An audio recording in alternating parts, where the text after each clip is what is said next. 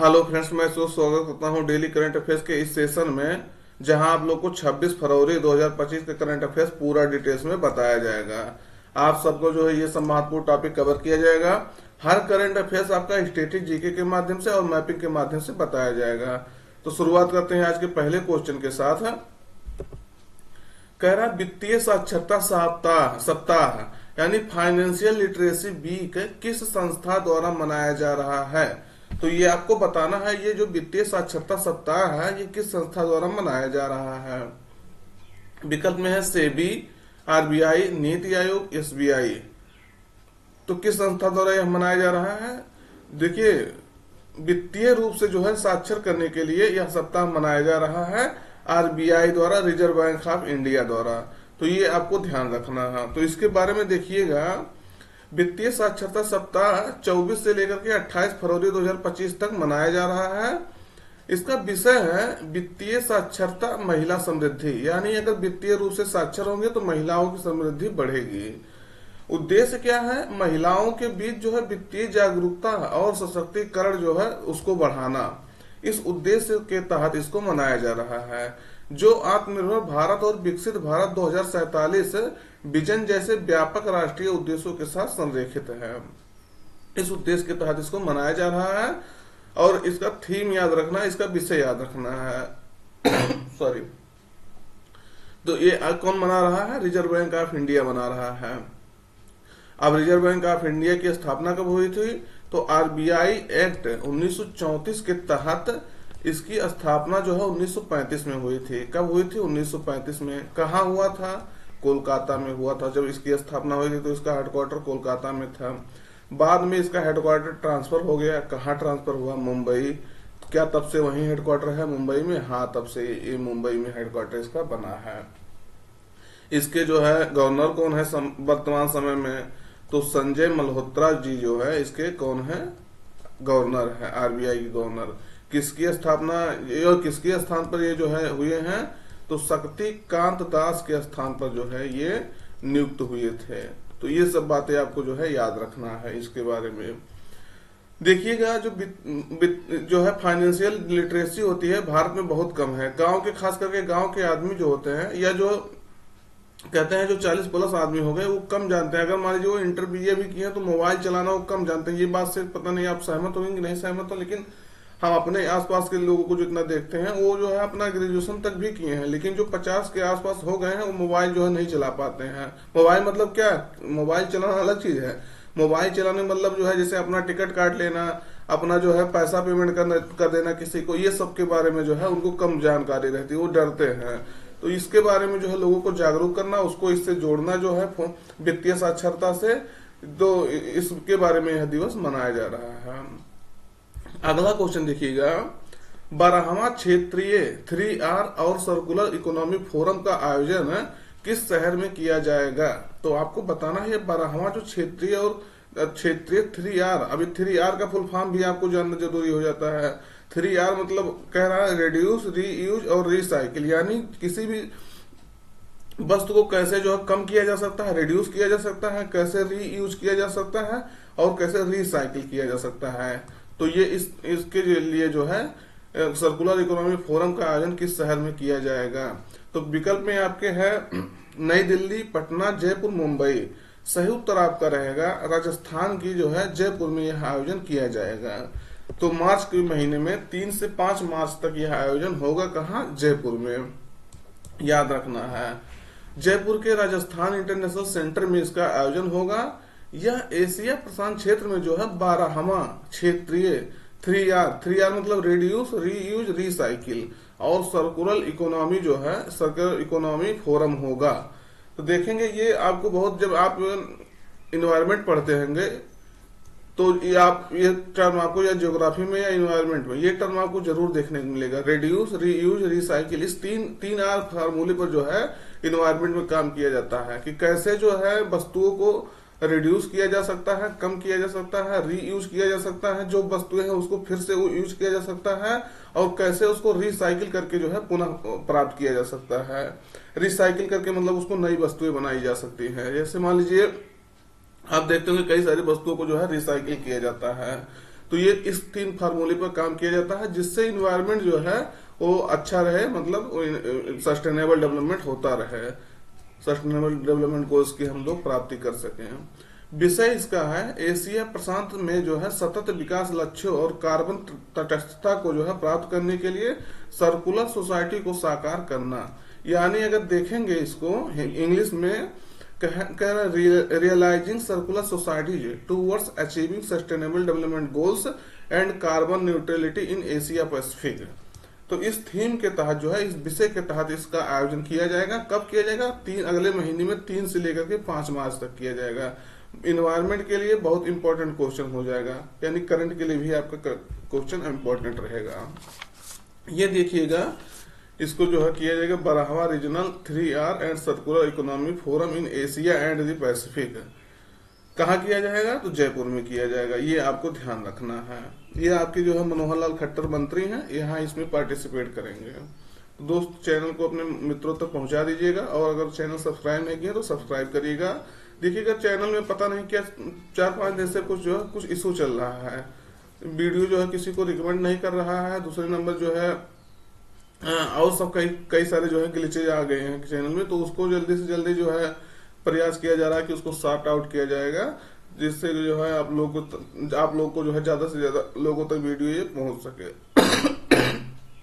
इसी बीच में हमारा थोड़ा तबीयत भी डाउन था, तो उस पर भी काम हो रहा है अपनी तबीयत को ठीक करने के लिए। तो देखिएगा, देखिए खांसी आ रहा है। क्या होता है, कभी आदमी जो है रात को या सुबह यात्रा कर लेता है, जो कभी नहीं किया रहता है, तो उसके कारण से थोड़ा बहुत इशू आ जाता है। तो इसको सब इग्नोर करिएगा, बस आप अपना जो है पढ़ाई करते रहिएगा। हम तो भी किसी तरह से जो है आपका लेक्चर लाते रहेंगे। अगला है, भारत के किस तटीय राज्य में सागर कवच अभ्यास आयोजित किया गया?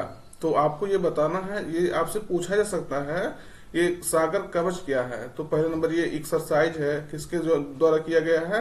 भारतीय इंडियन कोस्ट गार्ड द्वारा जो है इस एक्सरसाइज को जो है किया गया है, कंडक्ट कराया गया है। तो इसको याद रखना है। दूसरे नंबर ये कहाँ किया गया है? तो विकल्प आपका है, देख लीजिएगा। वैसे ये कहाँ किया गया है? पश्चिम बंगाल के तट पर इसको आयोजित किया गया है। कौन सा? सागर कवच एक्सरसाइज। तो देखेंगे इसका आयोजन जो है 21 से 22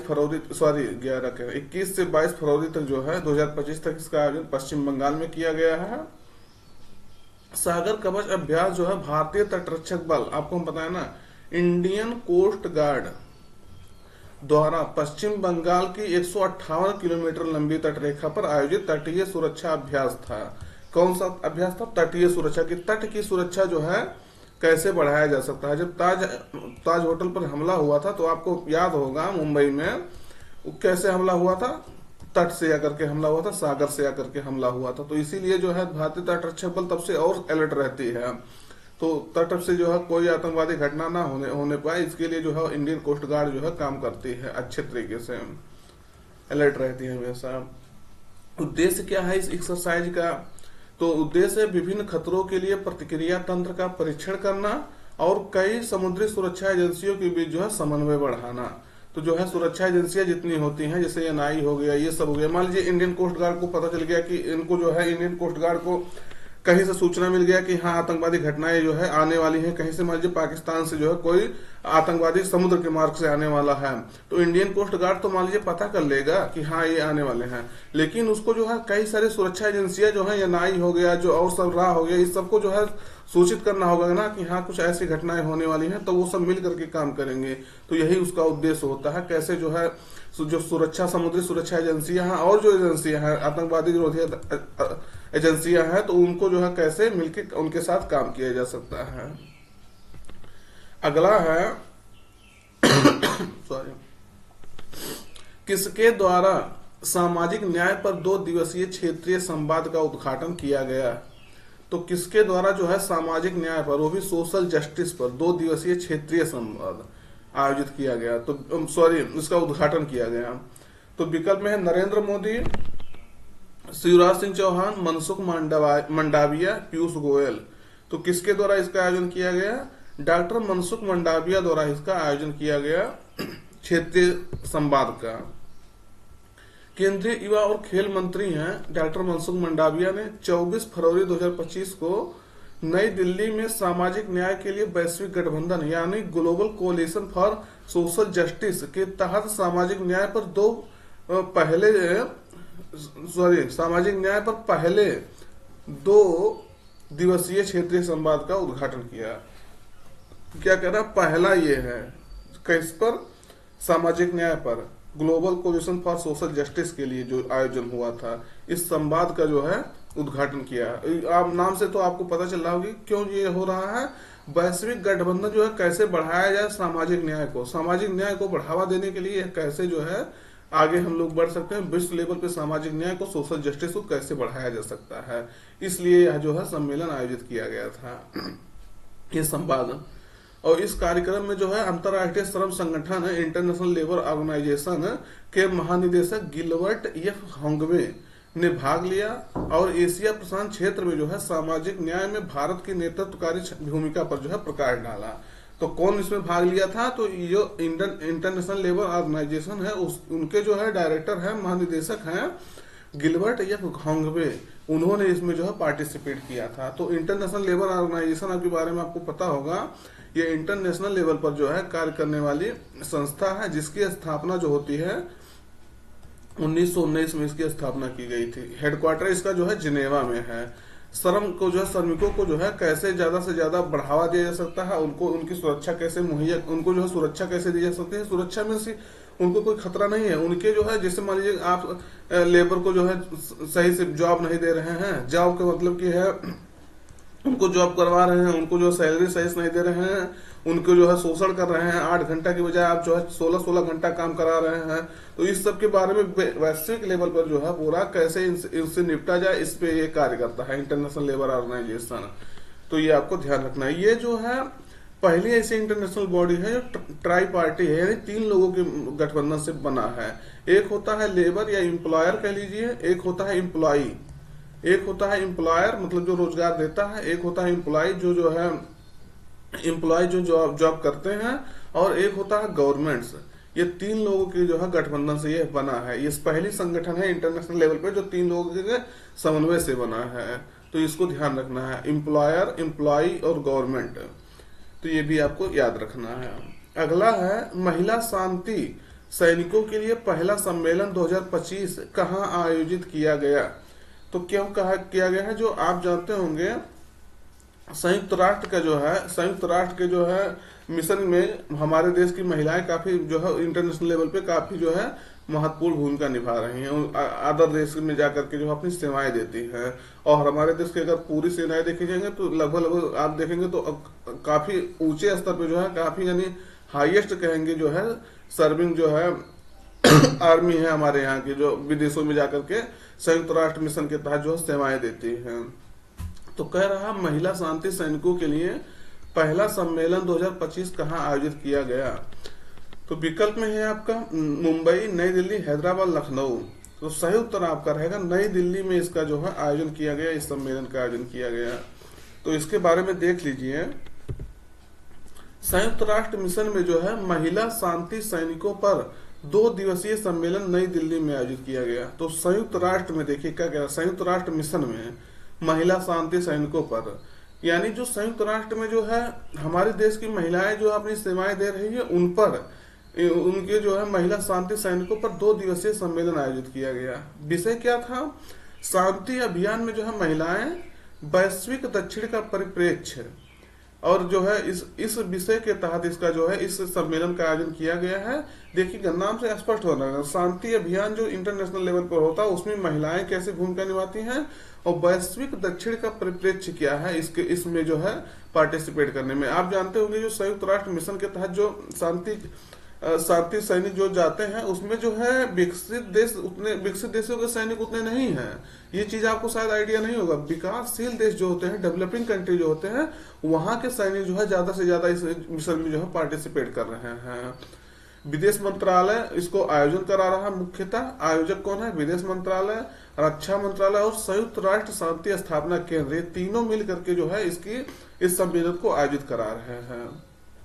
संयुक्त राष्ट्र का प्रतिनिधित्व देखेंगे तो जीन पियरे लेक्रोइक्स और क्रिश्चियन सैंडर्स ने जो है किया है इसका संयुक्त राष्ट्र का जो है प्रतिनिधित्व। सम्मेलन में जो है वैश्विक दक्षिण के दृष्टिकोण से शांति स्थापना तकनीक, प्रशिक्षण और क्षेत्रीय सहयोग पर जो है ध्यान केंद्रित किया गया है। तो ये भी आपको याद रखना है। अगला है विश्व दृश्य श्रव्य मनोरंजन शिखर सम्मेलन यानी वेब्स 2025 किस मंत्रालय की पहल है? तो ये आपको बताना है, इसका जो आयोजन हो रहा था तो ये किस मंत्रालय का पहल है जिसका आयोजन अभी किया गया है। विकल्प में है वित्त मंत्रालय, सामाजिक न्याय और अधिकारिता मंत्रालय, सूचना और प्रसारण मंत्रालय, वाणिज्य एवं उद्योग मंत्रालय। तो किसके तहत इसका आयोजन किया गया है?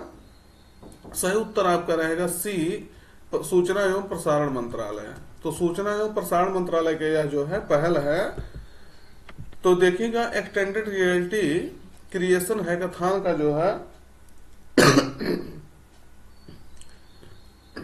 Hello extended reality creation hackathon का आयोजन वेब लैब्स द्वारा सूचना और प्रसारण मंत्रालय भारत सरकार की पहल वेब्स के सहयोग से किया जा रहा है।